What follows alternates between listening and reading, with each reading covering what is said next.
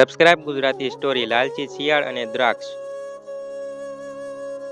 એક વખતની વાત છે. એક જંગલમાં એક શિયાળ રહેતો હતો. તે ખૂબ ચાલાક પણ સાથે થોડો લાલચી પણ હતો.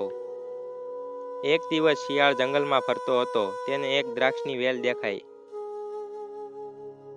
વેલ પર બહુ સરસ મોટા અને રસદાર દ્રાક્ષ લટકતા હતા. શિયાળના મોંમાં પાણી આવી ગયું. તેણે વિચાર કર્યો,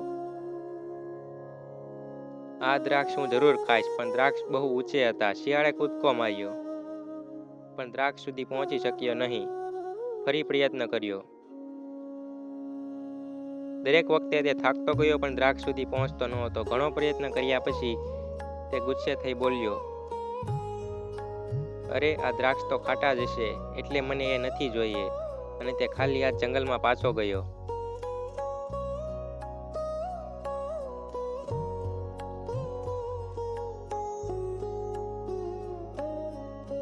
વાર્તાનો બોધ.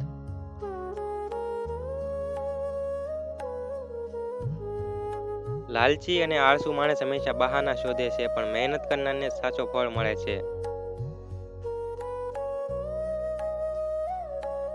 Subscribe Gujarati story.